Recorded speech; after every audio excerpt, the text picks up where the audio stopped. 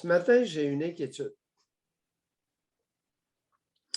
Est-ce qu'on peut se fier à des personnes traumatisées ou très émotives pour déterminer la sécurité collective? Question théorique comme ça en partant. Oui, oui, c'est une très, très bonne question.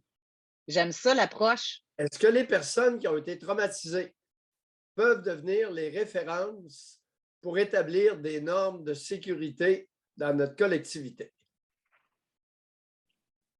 Bien, les amis, j'ai une réponse. La réponse, c'est non, jamais. Hein?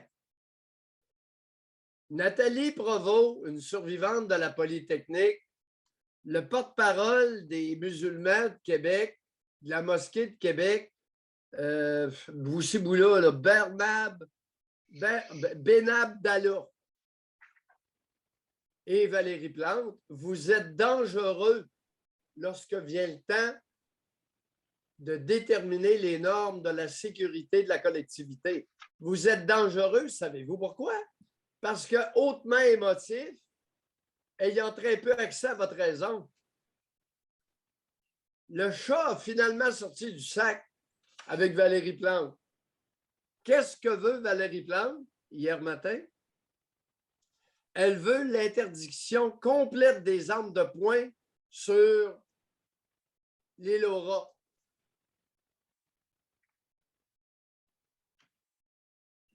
Alors, les crottés, vous allez avoir beaucoup de plaisir. Toute la place. Il n'y a plus personne qui a un gun. Valérie, tu es dangereuse pour la sécurité des citoyens de Montréal. On ajoute-tu Justin Trudeau aussi? Justin Trudeau, c'est quand même lui là, qui a décidé de faire ça à grandeur du Canada. J'y arrive. Nathalie Provost, survivante de l'École polytechnique, puis le porte-parole de la Mosquée de Québec, vous êtes dangereux pour la sécurité des Canadiens d'un océan à l'autre. Puis là, tu impliques le premier ministre qui est... Bon, oui, parce que moi, le premier ministre, on le connaît. Mais ce qui est dangereux, c'est pas Oui. tant eux. On jase, là, OK? Eux, là, ils s'essayent. Eux, ils ont vécu de quoi de gros, puis ils essayent de passer leur message, puis les médias leur donnent à chaque fois une tribune pour qu'ils puissent s'exprimer. Eux autres, je les comprends à la limite, tu sais, ils ont la place pour s'exprimer tant qu'ils veulent. Les dangereux, c'est ceux qui prennent la décision de les écouter puis de passer des lois à cause de leurs sentiments.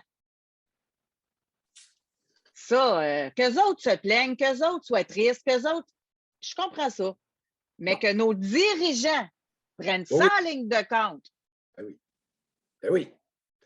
Pourquoi les traumatisés sont-ils si dangereux lorsque vient le temps de leur laisser la place pour définir les paramètres de la sécurité publique, la sécurité collective? C'est que tous les traumatisés et les émotifs à la Valérie Plante et Justin Trudeau, effectivement, il faut l'embarquer, font fi des données objectives. Font fi des données objectives. Ce matin, vous avez Maria Mourani, qui se fait aller le clapet régulièrement. Je la lis tout le temps. Qui conclut ceci. Écoutez bien les émotifs et les traumatisés. Vous savez, ce n'est pas parce que vous avez été traumatisé qu'on va vous laisser déterminer la sécurité du collectif. Non, non, non, non, non. On va vous respecter, mais vous allez garder votre place. Bon. Maria Mourani, tueur de masse et contrôle des armes à feu. Qu'est-ce qu'elle écrit ce matin? C'est une criminologue, une sociologue, une ex-députée. Elle écrit ceci, entre autres. Cependant, il faut savoir qu'au Canada, la majorité des fusillades répertoriées est perpétrée par des groupes criminels. Et bien que nécessaire, le contrôle des armes légales ne règle en rien cette situation. Hé, les traumatisés, avez-vous entendu ce que je viens de dire? Valérie, arrête d'être émotive. T'enlèves toutes les guns des bons séchés auprès des bons citoyens. C'est facile, ils sont tous enregistrés. Alors, il est très facile, en une semaine, d'éradiquer toutes les armes de poing dûment enregistrées à Montréal. Alors, en une semaine, tu désarmes tout le monde. Est-ce que la situation, comme encore ce matin, des coups de feu pour la 3e fois en 6 jours, maintenant, c'est dans le secteur Rivière-des-Prairies à Montréal. Toutes légales, là, ces armes-là. Est-ce qu'il y a des limites à être niaiseux? Non. 80 des armes qu'elle dit dans l'article viennent des États-Unis, puis c'est illégal. Hey, il est traumatisé. Je comprends que vous soyez traumatisé, que vous soyez sourd aux données objectives. Je le comprends. Je suis psychiatre, psychanalyste. Vous n'avez pas le droit d'être à l'avant-scène et qu'on vous respecte dans vos demandes, eu égard aux règles pour la sécurité d'une collectivité. Une collectivité désarmée est une collectivité extrêmement vulnérable. Surtout aux crottés. Deuxièmement, police. Troisièmement, un État totalitaire, c'est-à-dire un président ou une junte militaire.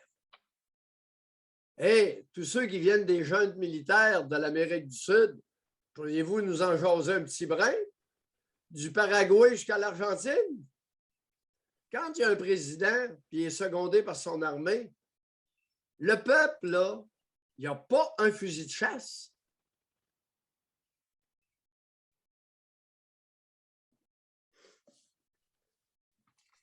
Alors, c'était mon petit éditorial pour ce matin, ma chère Josée. Mais ça sert peut-être que je leur mets trop, comment je pourrais dire ça, d'intelligence qu'ils en ont. Ou, il me semble que quand tu es à la tête d'un pays et que tu prends une décision comme celle-là, il me semble que tu as des gens autour de toi qui te donnent de l'information, qui te feed, si elle est capable de sortir ces chiffres-là, ils ne sont pas sans les avoir. Là. Prenez le cas de Bissonnette. Okay? Lui, il faisait partie d'un club de tir et tout le kit. Ça, là, moi, ce que j'ai su, c'est que la SQ, il manque de personnel parce que quand tu as une arme légale et que tu es dans un groupe, avant d'avoir ton arme et de faire l'achat, etc., tu dois nommer 3 personnes qui vont dire oui, il est correct, il n'y a pas de problème de santé mentale, etc. Ça a été fait dans le cas de Bissonnette? L'information n'a jamais été sortie. J'écoutais Guy Morin en entrevue hier, c'est ça qu'il disait. Fait que, tu sais, avant de faire des lois comme ça, là, on peut-tu revenir à la cause? Qu'est-ce qui a causé ça? T'sais, mais pourquoi ils ont fait ça? Le lobby, à qui ils veulent plaire, c'est... Parce que ça ne changera pas la criminalité là, au Canada. Là. Selon Maria Mourani, je répète, les abonnés, le contrôle des armes légales ne règle en rien cette situation puisque les crottés ça vient de moi, utilisent des armes illégales dont près de 80% proviennent des États. Alors, hier, des coups de feu pour la 3e fois en 6 jours à Montréal. Valérie, pourrais-tu t'enlever les doigts dans le nez, te calmer? T'enlever les doigts dans le nez puis être un peu efficace, s'il vous plaît, au lieu de dire des niaiseries? Ça s'appelle, chez les émotifs, une fuite vers l'avant. Chez les traumatisés, pure pensée magique. Nathalie Provost, survivante de la tuerie, je te comprends que tu étais traumatisée et que tu l'es encore. Puis l'autre, Boussiboula, porte-parole de la oui, Mosquée de Québec. Je te comprends que tu as été traumatisé. Il y a eu 6 morts. ben oui. Et des blessés. Maintenant, ayant été traumatisé, vous êtes très proche de la pensée magique. Vous êtes dangereux pour établir des mesures de protection de la collectivité. Parce que vous êtes dans votre pensée magique. Hein? José, on va enlever toutes les arbres, puis il n'y aura plus de tuerie. Non. Non, les pays où il y a le plus d'homicides sont tous au monde. Le plus d'homicides par 100 000 habitants, ce sont tous des pays désarmés. Salvador, Honduras, Jamaïque, Mexique. Mm. Pas les États-Unis, pas la Suisse,